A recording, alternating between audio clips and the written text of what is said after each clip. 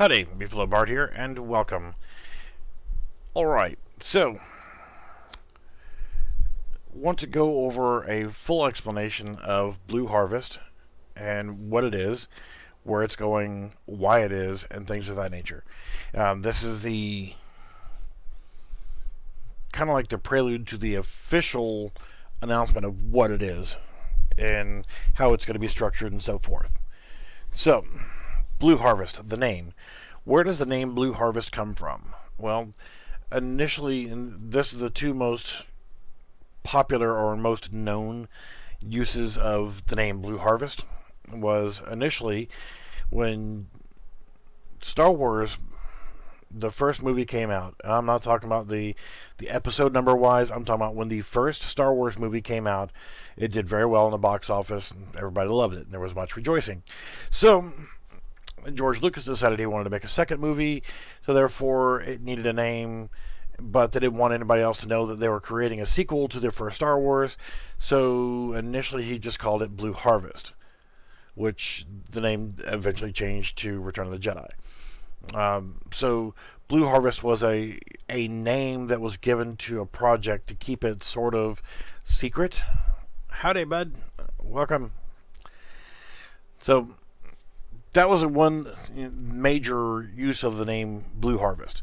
The second was a project done by Family Guy. They did Blue Harvest, which was a tribute to, oddly enough, the first Star Wars movie. So, and it's hilarious. You got to watch it. So it was also Star Wars based. So does that mean that my Blue Harvest is also Star Wars based? No, it is not. It is not Star Wars based. However, I think that in tribute to George Lucas, and I know he doesn't own LucasArts and all the other stuff. He doesn't own the Star Wars franchise anymore. You know, Disney has it. That's why we're getting so many crap Star Wars movies now, is because Disney has it. Sorry, Disney. But the Star Wars thing, I would like to pay tribute, if possible. Like maybe throw Yoda standing somewhere in the background. Yeah, that would be that was a good shot there, good scene. And of course, you know, phrases from the Family Guy version like "Don't get penisy." Star Wars nerds, if you're not a Star Wars nerd and you watch the Family Guy Star Wars episode, you probably won't get a lot of the references that were made in that movie, and it was great. And you know, I loved it. It was just a fun movie, and I used to have it backed up on disc somewhere and on hard drive, and that hard drive crashed, and I don't have those videos anymore, which sucks. Used to be able to watch them on Hulu. I don't know if they're still on Hulu or not, but those Family Guy episodes, I think, were still on Hulu. But yeah, this project, my Blue Harvest project, is not going to be Star Wars based. It's not even going to be Family Guy based. But I would like to do some little tribute things, like things from both the original Star Wars and from the Blue Harvest Family Guy episode. Like Meg's head separated somewhere or whatever, you know, not like she was just the trash monster in the first or second movie. I can't remember which one, but yeah. So Blue Harvest. This project that I'm working on is called Blue Harvest, and it is primarily just a prototype project for me to test out different functions, features, you know, seeing where I need to go for adjusting the overall things like gravity scale and things of that nature. Problematic things like solar arrays and the amount of, you can see the numbers on the solar panels right here are increasing, and that's their energy level that they're creating and storing in their battery banks. You'll also have the same thing that'll be on your oxygen generation stations, and yeah, you can deploy them. Don't have them working correctly right now, but also little things like your initial lunar landing module Things like that will all change. These are all placeholder models just to prototype. And to explain the concept of what the different things are that I'm doing, it's going to be helpful for me to bring up some. I'm initially looking at doing low poly, or the Cindy Studios assets, for a couple reasons, and I will probably won't touch on those reasons until later on, because there's other things going on in the background that I need to sort out, and we won't get into that part right now. But initially, I would like to use the Cindy Studios Polygon series for creating the assets inside of here. Yeah, there's going to be a bunch of different reasons for it, and those will all be revealed later on. Yeah, see, I've got the space pack, and I've got the sci-fi, like the sci-fi city pack. I got both of the sci-fi city things. I have all their assets. I have all of the simple stuff. I have all the polygon stuff. I even have the Unity version of the Gangland Warfare, because the UE4 version hasn't come out. So all development's going to be done on Unreal Engine 4 only, and that's because, well, that's what I use, and it's free. Anything and everything that can be done on this project can be done with Unreal Engine 4 and other free resources like Blender and so forth.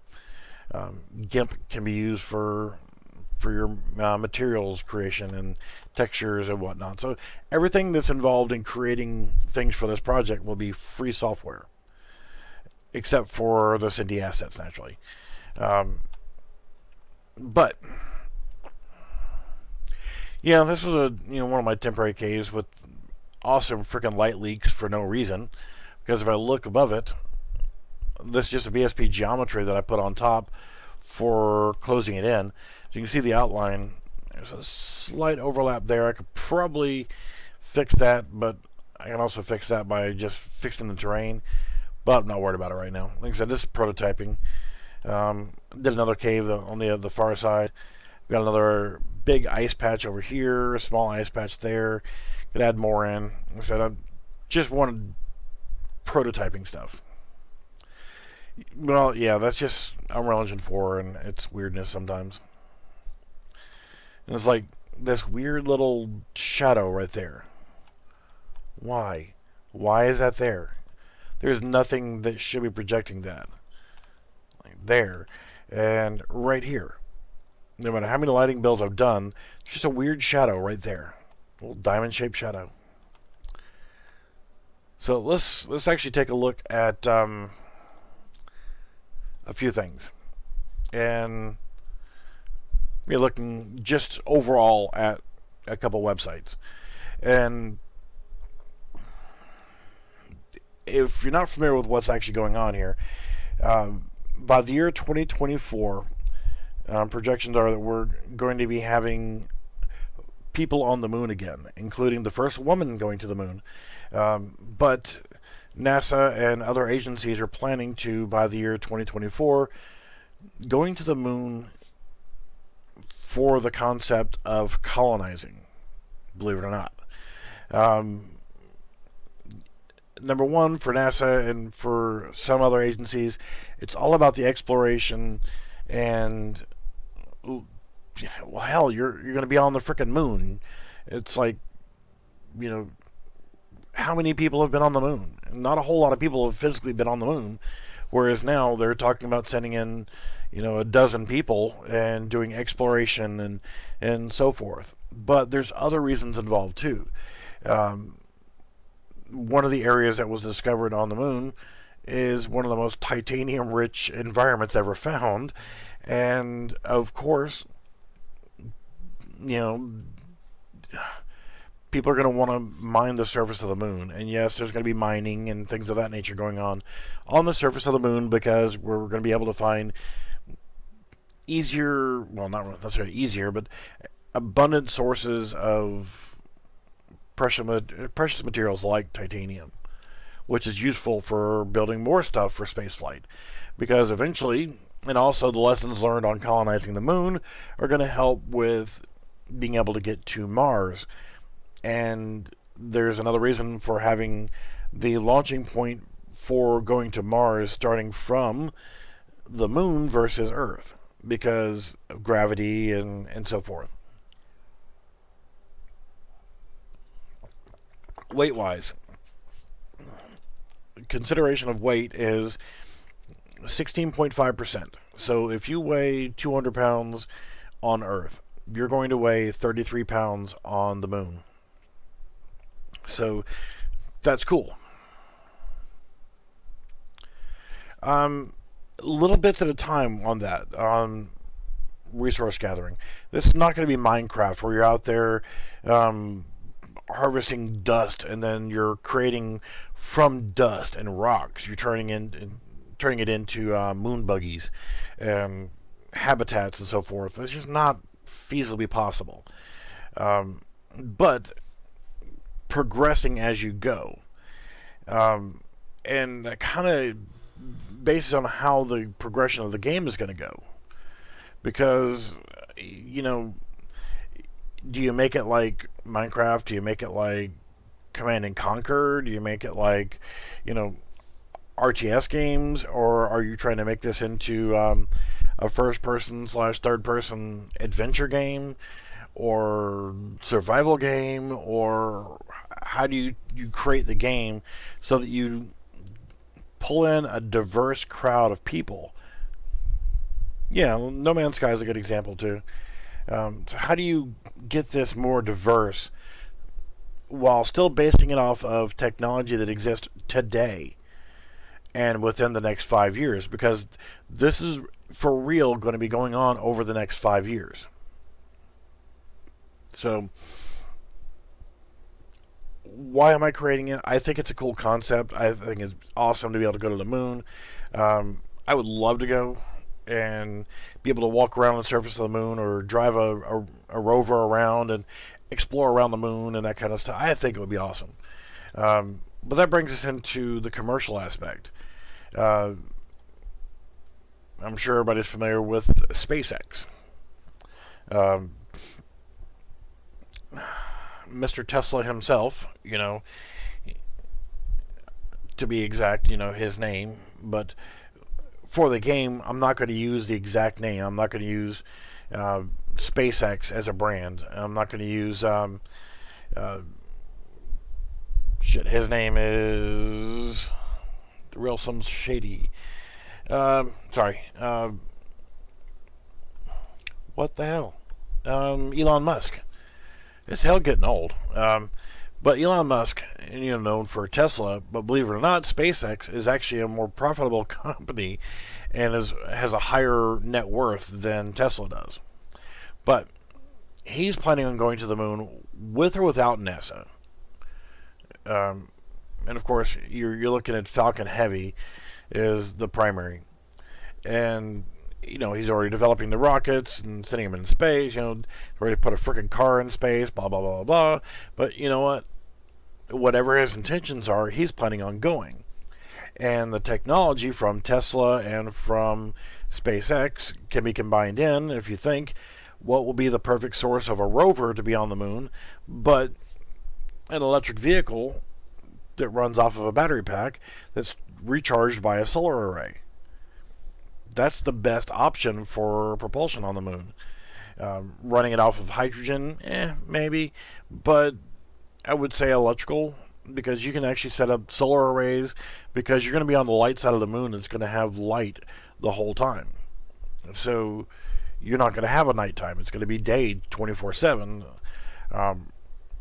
So you're going to have a source of light, sunlight, and solar radiation in general, which will generate your electricity for carrying out everything from charging your rover batteries to your habitat batteries to your oxygen generator and so forth. And I'll touch on the oxygen generators and the little aspects here shortly. But so having Elon Musk on here, and I know Toyota currently has a moon rover and look at Toyota moon rover, they've already got designs for this. It's not ready yet, and it's not going to be ready by 2024 according to what I've seen so far. But they're working along with the Japanese version of NASA, so to speak. And they're going to have a roll-up solar array system, and I believe they're planning on running on hybrid system of electric and hydrogen, but not 100% sure on that. Versus the original style moon rovers, Toyota's creating one, but I would like to see other vehicles, like, dude, for real, a Jeep on the moon. I'm a Jeep guy, so I would like to see a Jeep on the moon. But yeah, I think that if Tesla jumped on board with a moon rover, then that would be awesome. And we can talk about that aspect of it later, but, you know,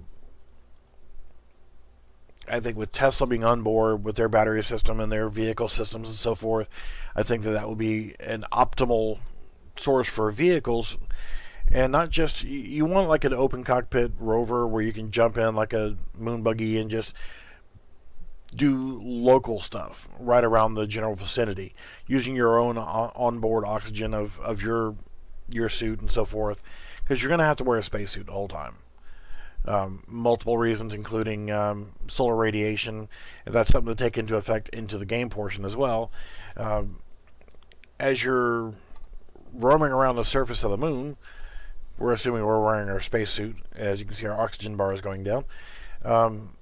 As we're moving around, we're going to be bombarded with a lot more solar radiation than we would here on Earth, because Earth is actually surrounded by a magnetic field, which helps to shield us from the solar radiation. So part of what they're planning to do as well is utilize the natural cave systems, and now they're not going to be horizontal shafts like this, but they're planning on using the lava tubes, where apparently there were volcanic eruptions at one point, and they created these cavities and so forth. But while you're in the cave system there on the moon, you're shielded by the stuff around you. The surface of the moon and everything else is going to help shield you from that radiation. So one of the things we're going to have to take into account with our player on the surface of the moon is solar radiation, oxygen levels, water levels, food levels, waste levels, because if we're planning on having habitats for growing plants for food so we can sustain life in a full vegetarian manner, which would absolutely murder me, living a full vegan lifestyle on the moon, you're going to have to grow plants of various types to be able to create the nutrients you need to survive. And one way of fertilizing that is taking your waste, go and take a crap, and your porta potty habitat, so to speak, doubles as your composter. So you're turning your waste into soil, so to speak, with high fertilized soil, so that you can actually grow your own crops. Another idea is hydroponics, utilizing water and other nutrients that you can gather locally or whatever to be able to use hydroponics for growing things. And I'm not talking about growing pot. You know, smoking weed on the moon's not going to be a thing. Sorry, but yeah. All right, so other things here. Knowing that, you know, we've got Falcon Heavy and what they're projecting for payloads and so forth to get there, that'll be talked about at a later time. Same thing with Blue Moon. Blue Moon, besides being a really refreshing beer, is set up by Jeffrey Bezos of Amazon. He's the founder of Blue Moon, but he's not the CEO of it anymore.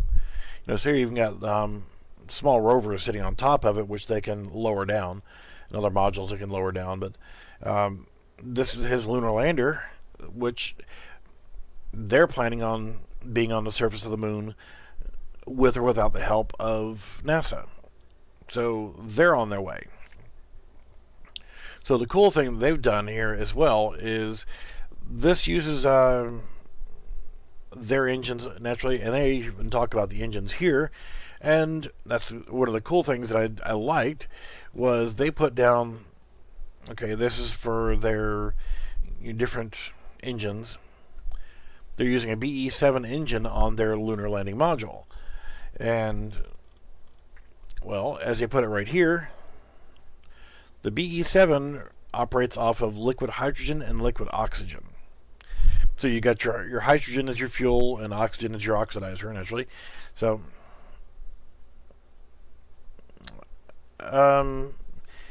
yeah, but that's going to come into with assets and asset control for the vehicles and so forth. To answer your question there. But it's data like this right here, knowing that they can operate their landing modules off of hydrogen and oxygen, which can be produced on the surface of the moon based off of the temperature range that's there, and the fact that you can separate water into hydrogen and oxygen. And of course, as you're using hydrogen as a fuel, you need the oxygen there anyway as a oxygen or an oxidizer. In this case, it's actually using oxygen, whereas like on the BE2, it's using peroxide as the oxidizer, or on this one, it's using it for the oxidizer and the fuel. But these are materials that need to be produced, and they can be produced on the surface of the moon. So that gives us an idea that we need to create our generation stations, our O2 generators, and our hydrogen generators, so that they can store the hydrogen and oxygen for use in not just for breathing, but also for the engines of the lunar modules going to and from. And what's being planned so far, and I don't have a picture of it shown right now, is the fact that going to and from the moon, they're talking about having an orbital station that is a kind of a launching point to get you from space to the surface. And they can handle some of the logistics of getting to the surface from there. And you're going to need landing facilities, preferably, so that you can target your landing facilities and bring your landing modules down in a specific area. Looking at this image right here, you see two astronauts standing here. You got a rover at parked right there. Got another type of rover here. Another there that's actually a tank that would be, I assume, a trailer. The landing portion of a module, like a lunar module, landing module. Satellite dish for communications. These are some of the type of items that are going to need to be created for the project. You can see like this right here is Quonset hut or whatever. That looks like a trailer, or it could be a solar panel on a trailer. The thing is, if you're setting up remote areas, you're going to need to have trailers. You're going to have to be able to pull cargo. Whenever this stuff lands on the moon, you got to be able to transport it around to set up different locations. Yeah, there's a lot of things to take into consideration whenever creating that portion. So to get into why I'm doing this and what the actual game is going to be, where I'm messing with this project of the Blue Harvest. It's playing around with different features, getting things thought out ahead of time. How's the surface going to look? This is all prototype terrains and everything else. None of this that's in this project is going to be directly transferred over, but it will be the basic principles will be carried over to the main project. Kind of like the way those lights turned out, by the way. um, is to start building into the game itself. First off, all of the things that we're going to face when we get to the moon. Okay, we're going to start off with the assumption that our player is actually starting off as the advanced scout party, essentially. You've landed on the moon. Your sole job is to scout the surface. So we have our starting point over here, which is the one simple little freaking ice pad, and that's all it is. It's a little crater that has some water-based ice that's formed in it that's close to the dark side of the moon, but still on the light side. Because we're going to need to operate both in the light side and the dark side, because the majority of the water-based ice is going to be on the dark side of the moon, and right at the south pole of the moon. So we're going to assume that we've already come down here. We don't have a drop pad yet. We don't have anything set up other than just our lunar module comes down, our lander, and we've got our basics configured. We've got an oxygen generation station that's also storing some hydrogen and oxygen that we're building up from this, and it's being harvested from this ice pool. We've got our solar, and that's good. And then, things like the logistics of the game itself. How are we going to get things from orbit to here? Well, we need to have a landing pad, and this is just, like I said, a prototype that I just threw together. So things would parachute down or come down however, and, this is going to change about 1,400 times. And I'm going to have to look at every single solitary concern that is going to face somebody that's on the surface of the moon. How are they going to get around? Well, we're going to have lunar rovers. A local rover, which is going to be like a moon buggy. But then again, we're also going to need fully enclosed, pressurized vehicles that we can actually travel longer distances with an onboard solar system that will be able to recharge itself as you're going. But still being able to carry spacesuits for you to be able to get out and do things, but also being able to carry the oxygen generators, because you're going to need oxygen. It's going to run out if you're on the long trips. So as you're exploring the surface, you're taking things like that into consideration. You're looking for larger sources of ice so that you can use it for conversion to hydrogen and oxygen. You're also going to be looking at taking samples of the ground, looking for titanium or other precious materials that will be suitable for your benefactors, the people who are footing the bill for a lot of this stuff, for them to come down and be able to secure and harvest that. What I want to try to do is make it to where that it sounds like a cool concept, but how playable is it? How fun will that be for everybody? You gotta have something in there. So you do have the pitfalls of the solar radiation or the solar flares causing the radiation.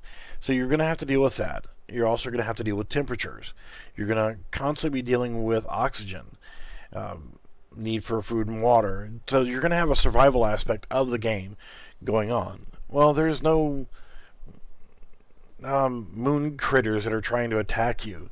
There's nothing that's trying to kill you other than everyday existence. All you got to do is sit in one place and you'll die because you run out of oxygen or water or food or whatever. So just being there is hazardous to your health to begin with. The solar radiation will kill you. So many things will kill you without having to worry about some little space worm coming out of the caves and trying to attack your ass. So you got to build in that do things or I'm dead mentality. Well, you're going to have batteries, and that's the thing is your solar panels are going to have to charge your battery banks. And what I was trying to do, and my mathematics were skewed at best, what's happening is you can see that I don't know if you can see the numbers on there, 40, 50, 60, 70. The numbers are increasing. What each of these generators would have to take into consideration is you need to be able to see the current amount of oxygen it's harvested, hydrogen it's harvested, the maybe the rate at which it's harvesting, the heat. The good thing about the conversion of hydrogen and oxygen and it generating heat is you need the heat to melt the ice. So you can use the ice to cool at the same time. So you have a heating and cooling system to keep the system maintain an appropriate temperature. But you need to be able to take into account all that. As soon as you pop over here and you throw out a your own solar generator, you can see it's charging up, the rates will be much, much lower. If you've ever tried to do electrolysis for hydrogen water separation or seen videos on it, it's not going to be, okay, I put it down and I got, full oxygen in it. Well, see, that's the thing is, you don't really have power as much to deal with on your suit, but you do have oxygen. You can see I've got an oxygen meter on me. My oxygen meter is depleting, so I need to go back and either go into my habitat, which is being charged by this, or once I put down a solar generator, I need to be able to go over there and hit the F key, and that would simulate, and yes, it's broken right now, it empties your suit, but what it needs to do is we can simulate that it empties your suit and refills your suit, or just tops you off. So once you're able to put down a oxygen generator, then you'll be able to refill from that. So that gives you your range. You start from here, and if you watch, your O2 meter is going to go down. If you're out here exploring, you need to be able to find another source of oxygen before you reach 50% on your O2 level. So building that into your suit, of having that O2 levels going down, if you go to 51% and you still have not found a source of oxygen, then you're not going to be able to make it back from your starting point before you start taking health damage. You start suffocating. Thankfully, I just found ice over here, so I can come over here and pop down one of my generators and be able to recharge my, and of course it's broken right now, but I'd be able to recharge my oxygen from there. But just because I plop this down now doesn't mean it's full of oxygen right now. It's going to take time to generate that oxygen level up, and it's not going to make it fast enough for you to just be hooked to it and staying alive continuously. Oxygen and hydrogen, whenever you're splitting water, you're going to get twice as much hydrogen that you're going to get water. So we'll simulate that we have a solar array and our tank system and our sodium bicarbonate dispenser and everything else in this system. But you have to remember, it needs to chip away at the ice first to get ice, warm that into water, and then water then needs to be split, and you're going to get a very slow rate of return on your oxygen level. So it forces the player to have to think ahead a little bit. I can't necessarily go too far and like, oh, okay, well, no problem. I'll just slap down, one of my generators and I could instantly refill. No, you can't. You have to wait for it to build up a specific level of oxygen before you can actually plug in and recharge. And then it will deplete that amount of oxygen out of the oxygen reserve of that system. So, yeah, there's going to be things like that cause the player to have to think ahead, and yeah, you're trying to stay alive. And of course, you'll have to have like a respawn system to make it interesting, because you don't want to, if you die, you're dead and game over.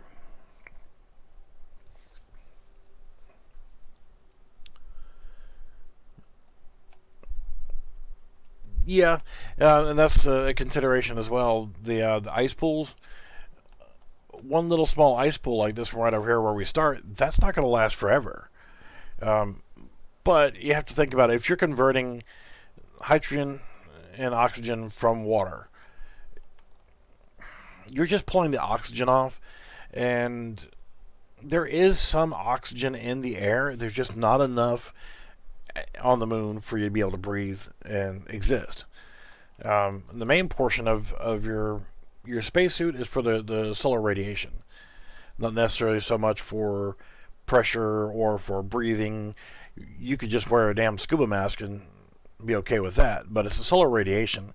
And since there is no protection from the sun's rays, you would be burnt to a crisp probably from a sunburn within 30 minutes.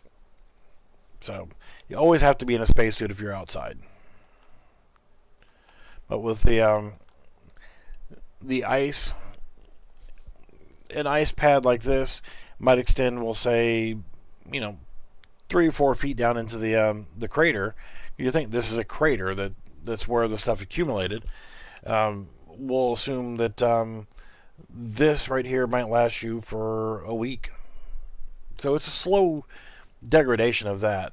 But at first, it'll be infinite, and then eventually we'll have that it will deplete. And it's the problems that we're going to have to face being on the surface of the moon that I want to build into the game. Because just standing here, I'll die if I just stand here and do nothing. So there's always that constant threat of death. But I want to build in every single solitary problem that an astronaut's going to have to face on the surface of the moon. Solar radiation, taking a piss, going to taking a crap, water to drink, food to eat. Yeah, you can generate your water from the ice as well, and filter and decontaminate and all that kind of stuff. But you can get water to drink from the ice. You can get oxygen to breathe from the ice. Yeah, I mean, friends like these, who needs enemies? But yeah, but it will be also multiplayer. So if you've got a second person there and you're both trying to use the same oxygen generator, if there's only, if it's at 100% and we both need 60% oxygen from that tank, we're not going to get that. The first person that goes up there is going to get 60. It's only going to leave 40.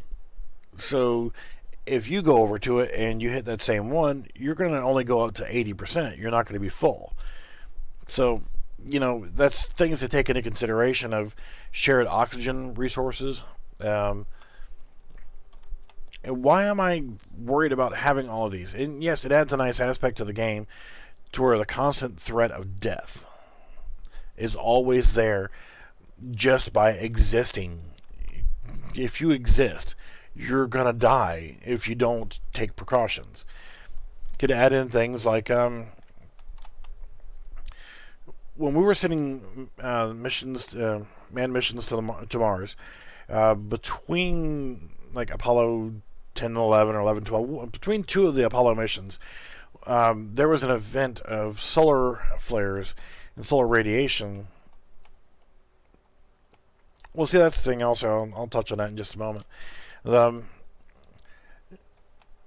amount of solar radiation that happened, thankfully, between the two missions, so it didn't affect anybody directly. But if we'd had anybody in space or on the surface of the moon during that event of a solar flare and the amount of solar radiation, it would have killed any and everybody on the surface of the moon or in any space station that was around the moon. If they weren't properly shielded, they're dead. Plain and simple. I mean, it's just that bad. So, map size. Well, if you think about like this map right here, we're not going to be operating on the entire surface of the moon. We're only going to be operating around the South Pole. And even though this is not really a crater, essentially each advanced team is going to be operating in a specific crater area because that's where the the water-based ice is going to be contained is inside specific craters. So map size is essentially based off of a crater. So yeah, it's easier to manage because you're operating inside the crater. You're not going to be able to walk up the sides of that crater. You're not going to be able to drive up the sides of it. So you're going to land there. You're going to operate there. That's going to be your area of operation is going to be inside that one particular crater. So the map itself just needs to be a crater with very minimal terrain that's actually inside the crater itself, because it's primarily going to be a flat surface with pockets of ice that's still left over. So that solves the map issue of being too large on maps.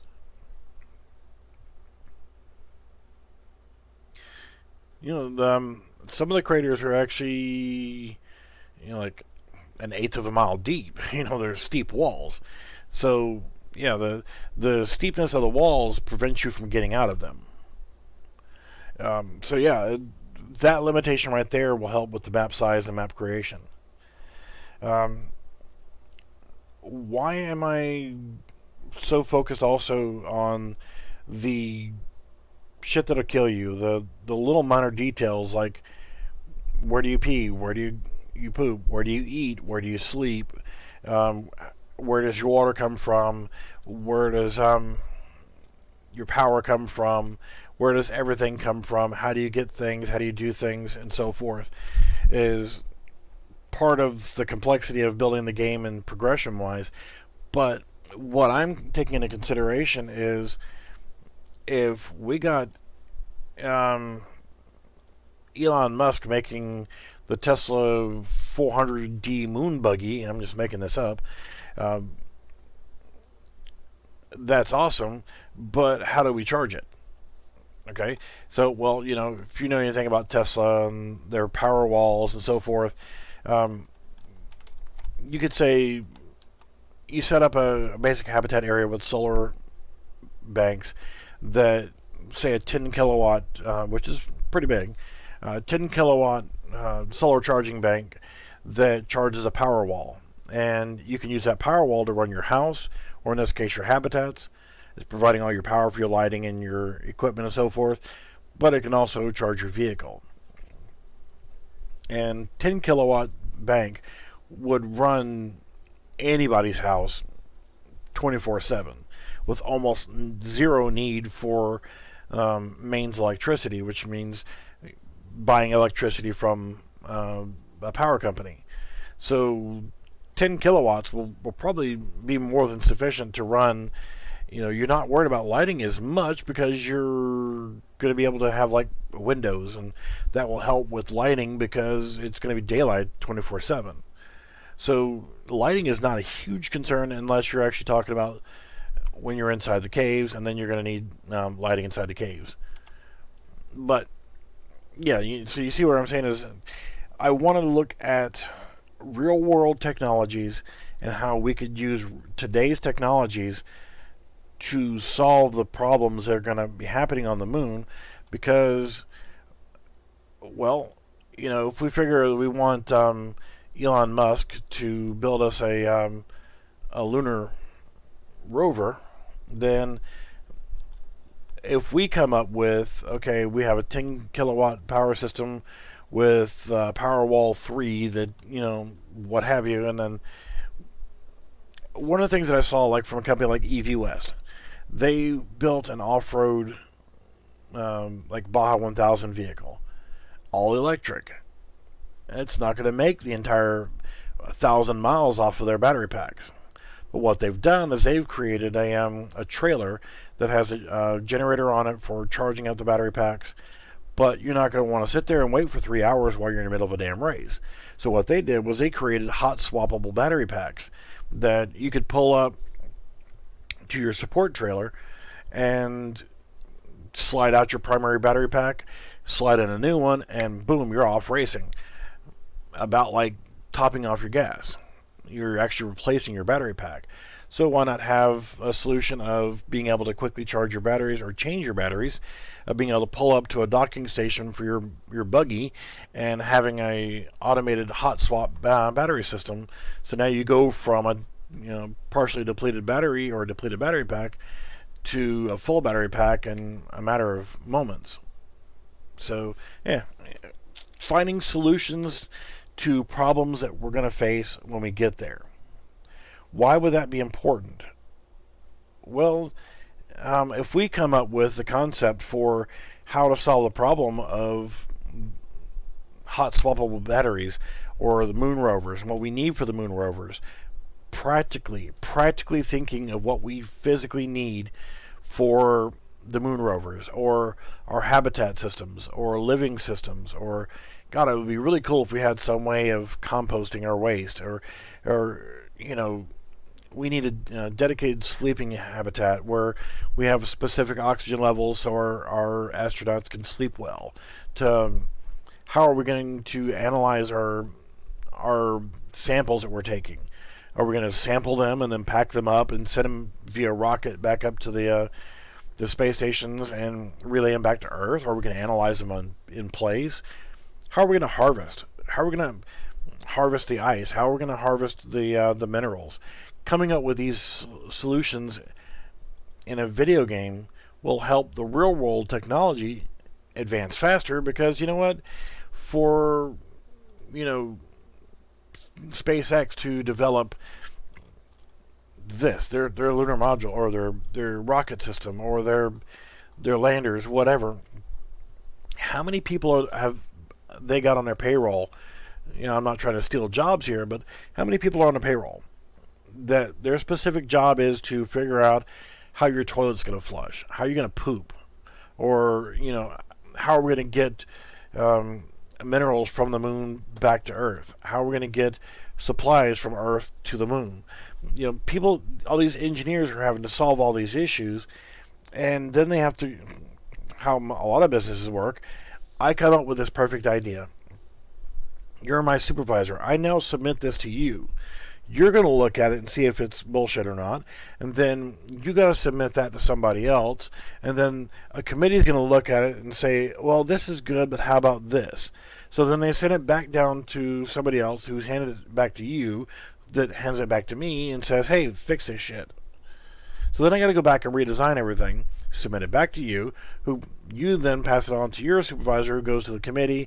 The committee says, this is great, but we still need this. So now it's back down through the chain of command to the guy on the floor who's fixing it, and then sending it back up the chain of command for another group to look at it again and say, oh, okay, let's do it this way. Cool, but it takes too long to go through the development process of something like that. A lot of companies now are going from the engineer directly to an advisory board, who then scrutinizes every aspect of it, and then they say, yes, we can go into production, or no, let's make some corrections. But corrections can be done a lot faster now with computers and 3D printers and so forth. But yeah, that's fine.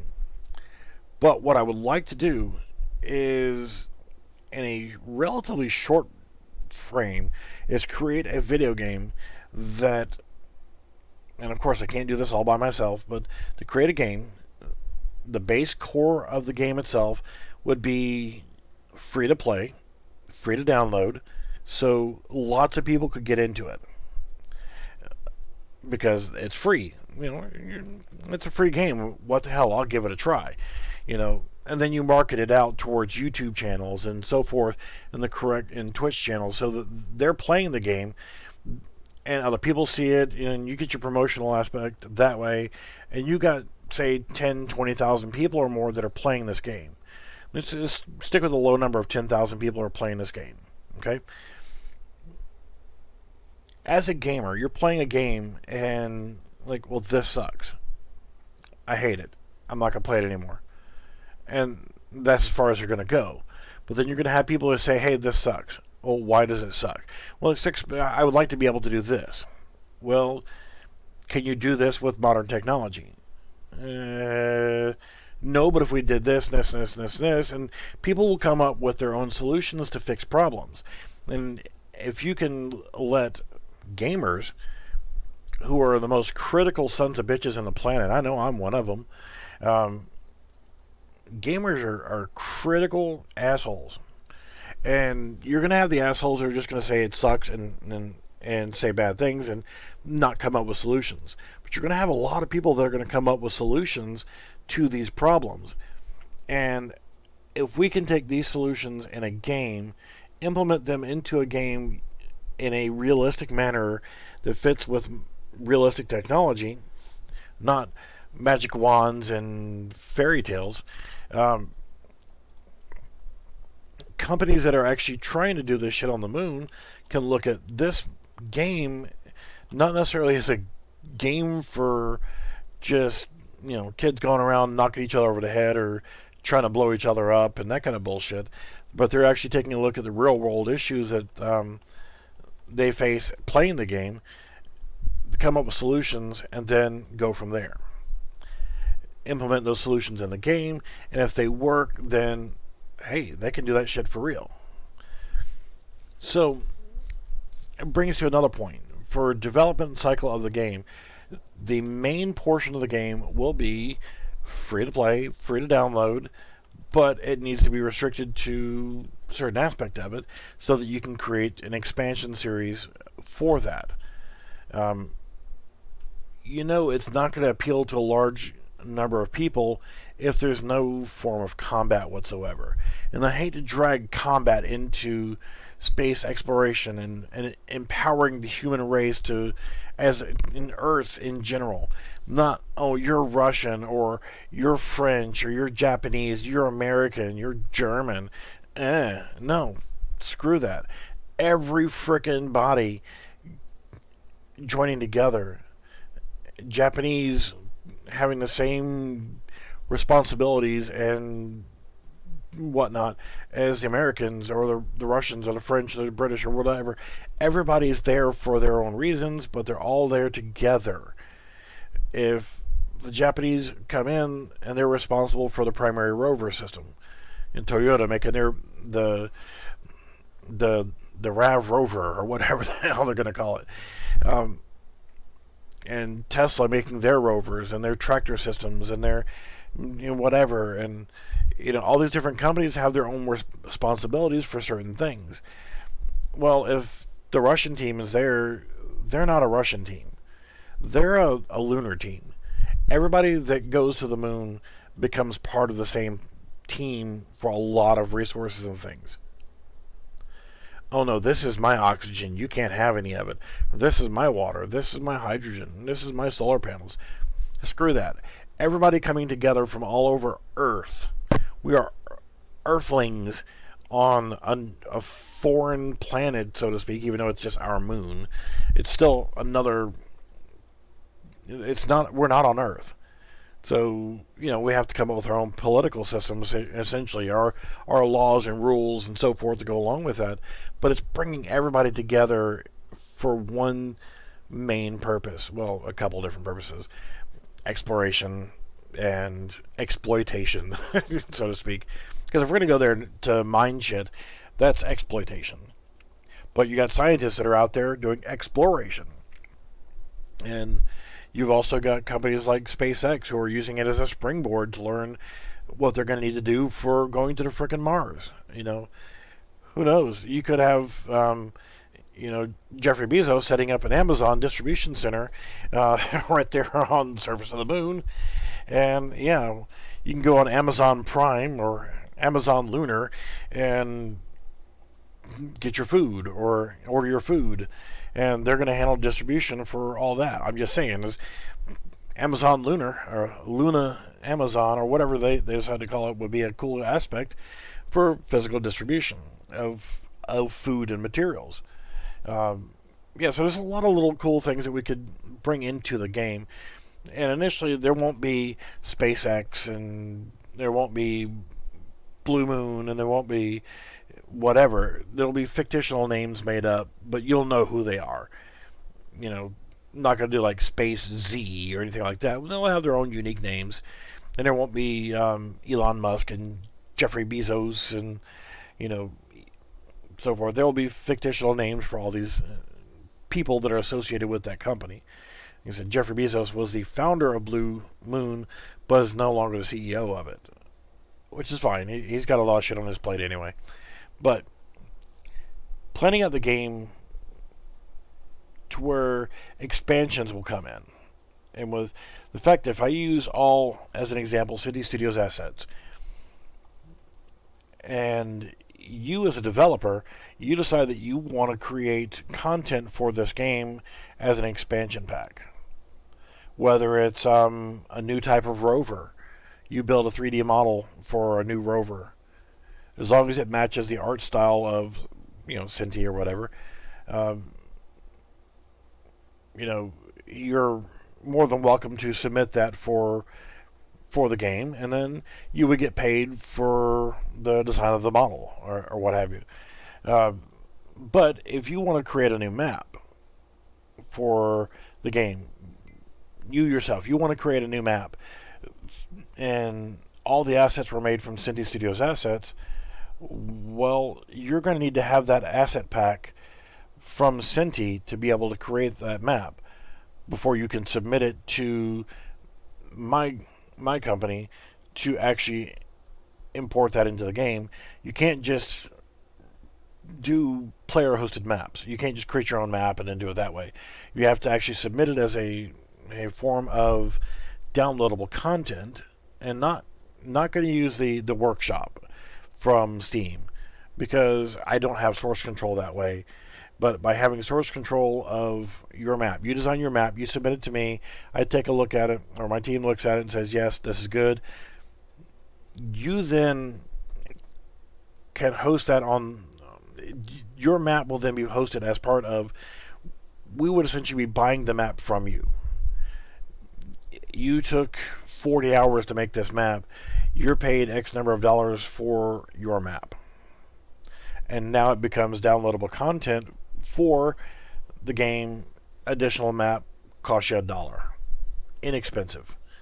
Any other downloadable content, like you have a generic spacesuit and you look a specific way, everybody looks alike. You can't tell one person from another. So having cosmetic things, which are also come from City Studios assets, they've created all these different spacesuits, and the asset pack will say you can only use the one.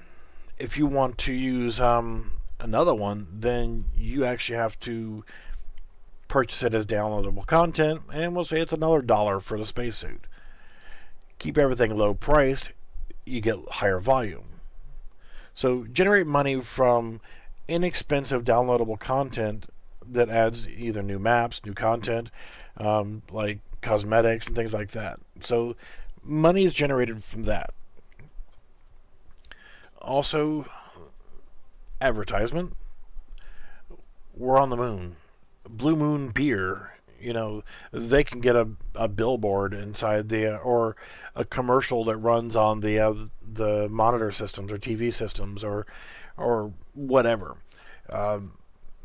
The moon rover is utilizing and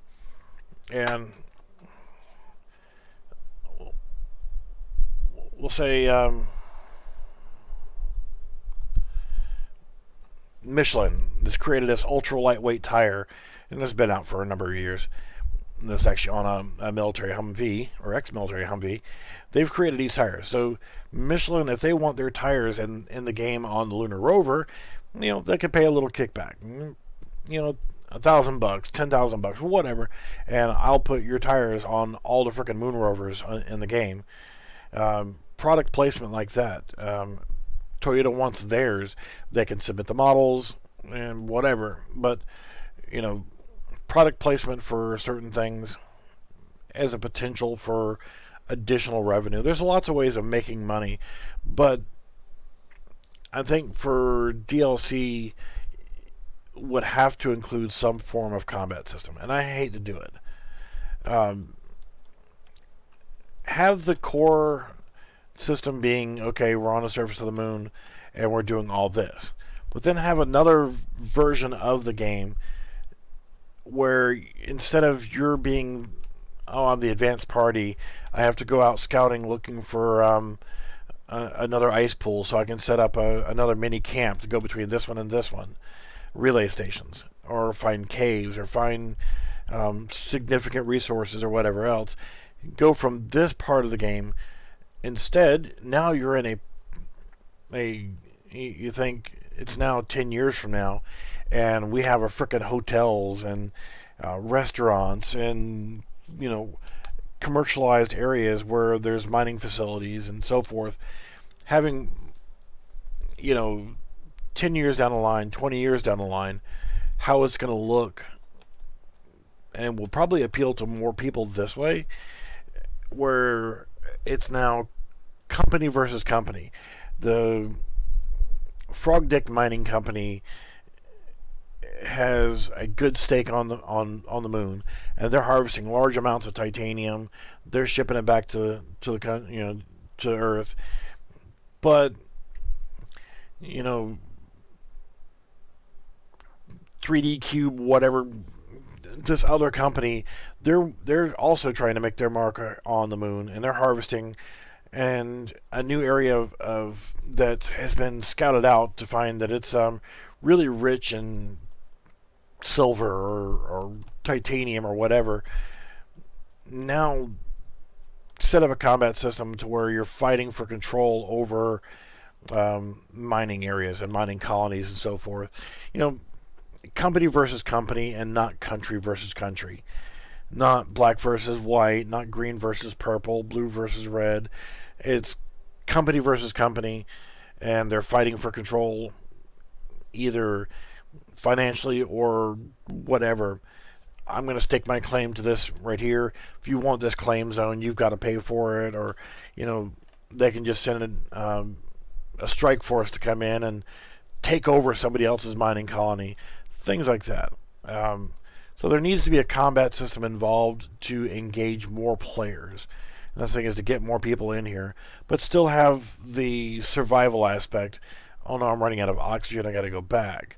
Oh, now I'm dying. I'm going to die because I ran out of oxygen.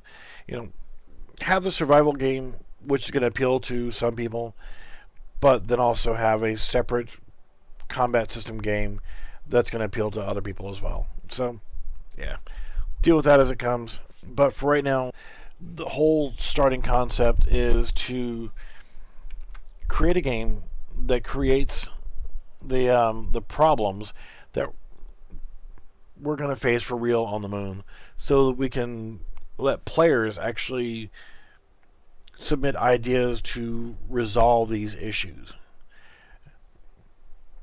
That way we can fix them in the game and fix them in the real world. So I hope some of this made a little bit of sense. I said, for anybody else who's watching this and trying to figure out what the hell to do, or they have questions or comments, direct them to Discord, my Discord channel. I don't read the comments placed in YouTube, but maybe once every 6 months. I just don't think about them. Because I have a Discord channel, I don't usually come back and read the comments. I have a direct line for people to come in and ask questions about the stuff from the videos. Just make sure, whoever you are, you come in, you read the server rules. Basic, plain and simple. Don't use mentions. Don't be rude. Be nice. Be gone. Just follow the 3 basic rules that are there, and yeah, everything will be awesome. I'm going to get out of here. I still feel like crap. It's painful for me to even sit down right now.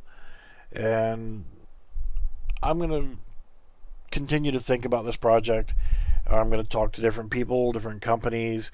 I'm going to need assistance with, not necessarily right now, the creation of the game. The game is still going to be in the Blue Harvest, which is the prototyping phase. I'm going to keep creating little things here and there to create the systems, like the greenhouse habitat sections, to solar charging systems, to harvesting systems for the oxygen and hydrogen and the minerals, and how things get to and from, like a truck system or a train system, or whatever, to get logistics. Think about the logistics of what we need to have on the moon to be able to exist and prosper, to live long and prosper.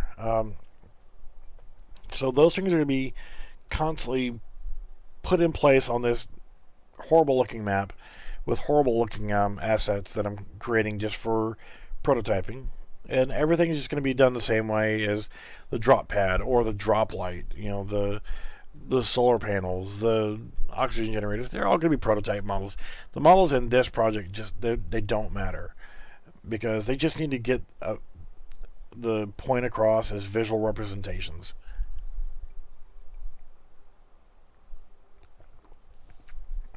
I'm going to need a mouthpiece. A what? I'm going to need somebody, and I'll do another video on what I need help with for Blue Harvest. But to quickly touch on that before I get out of here, is going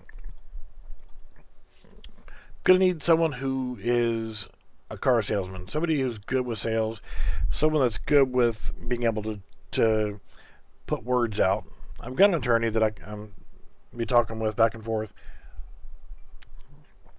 but because I'm gonna need to pitch things to SETI, NASA, SpaceX, Blue Origin, because I think it would be cool, since they've got their stats on their engine right here, the BE7 used for their lunar module.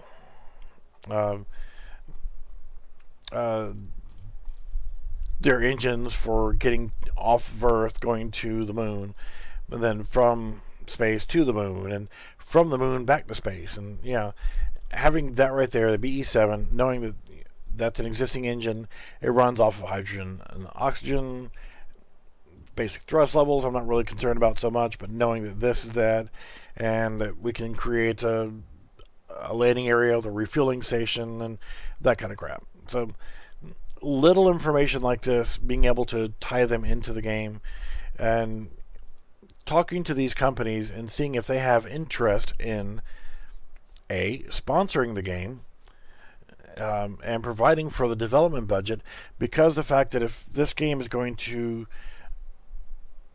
appeal to a broad spectrum of players, then in the survival portion of the game, if there's things that we can come up with in the game, and you're engaging 10,000 players out there, and if 100 of those players actually gave a damn about the game and said, hey, it's really cool, but shouldn't our spacesuit have this, or shouldn't our rover have that, or taking that information that we're getting feedback wise from the players and saying, hey, this would be better if it was like this. And if that information could then contribute back to SpaceX or Blue Origin or NASA or SETI or whoever else that's involved with going to the moon, how much would that information be worth?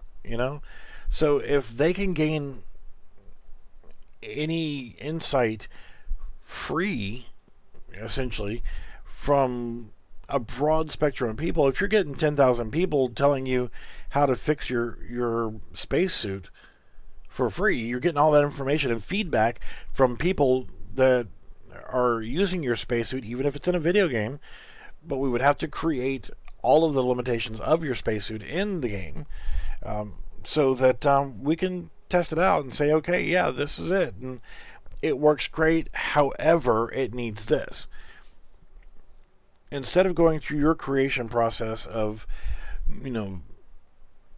chain of command and this and that and everything else, if you've got a liaison who takes this information that we're getting from our game, and you can quickly implement that and fix that before you ever build your frickin' spacesuit and get it on the moon. If you know that this is going to be a problem, you can resolve that problem before somebody's life gets in jeopardy. Or, while you're in a spacesuit, what happens if you got to take a dump? What if you got to take a leak?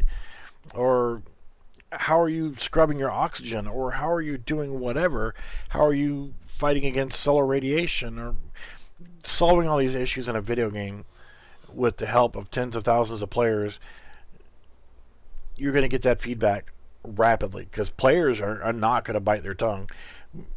Gamers are going to say, well, your shit sucks, man, it does this and it won't do that. And gamers are going to be noisy, loud, and they're going to voice their opinion, and that is a good thing for once, ignoring all the troll comments. But you're going to get some positive feedback from some of these players of why can't it do this. So now you can convert that information over for them to fix it before it becomes a problem. So if that's going to be the case of what's going on with the game, then it would appeal to companies like Blue Origin to be able to solve some of their logistical problems with free information. So they'd be more willing to throw out $20,000, $30,000, $40,000 towards development. I've already got that basic level of development set up, and the architecture and other stuff going on in the background that I won't talk about.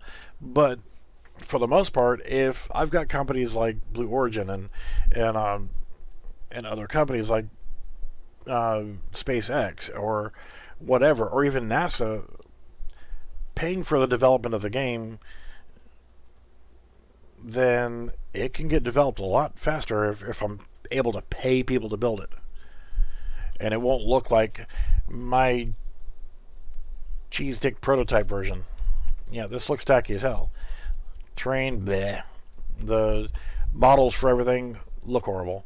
But again, that's where, if you start using City Studios assets, then we have developed characters, we have, other stuff that I can work with and quickly and more easily and much more attractively put into the game.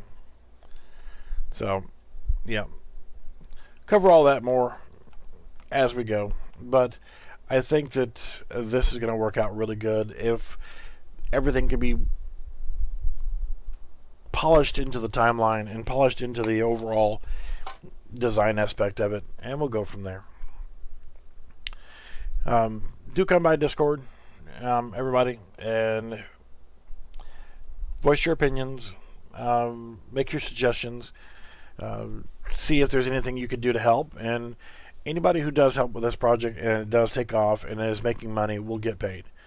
I'm not going to be able to pay anybody right now because everything is still in the development process of refining the idea. Again, proper prior planning prevents piss poor performance. So getting all the thought processes down now, and as much of the little aspects down now, one of the most important things and tools you can use is Notepad. Open up Notepad and start writing shit down. Get a pencil and paper and just start writing things down. Putting it on paper. By putting it on paper or a notepad, you're putting your thoughts down. And with Notepad, everybody's got a Notepad if they got Windows. So just start putting your information in there of every aspect of what you want in the game. You can copy and paste and move things around. That's great. You don't have to sit there and build a prototype project like I'm doing, because that's just for me in house. But getting your mind in the right order, getting all your ducks in a row, or whatever expression you want to call it, is important. Because if I send an email to NASA right now, hey, I've got this cool idea, I sound like a 12-year-old. Hey, I got this cool idea, why can't we do this? How serious would they take me if they watch this video right now? So I have to come up with a professionally written email that I can send to SpaceX or Blue Origin or NASA or JAXA or whoever, and my goal, I want a Jeep on the moon. Okay, Jeep on the moon,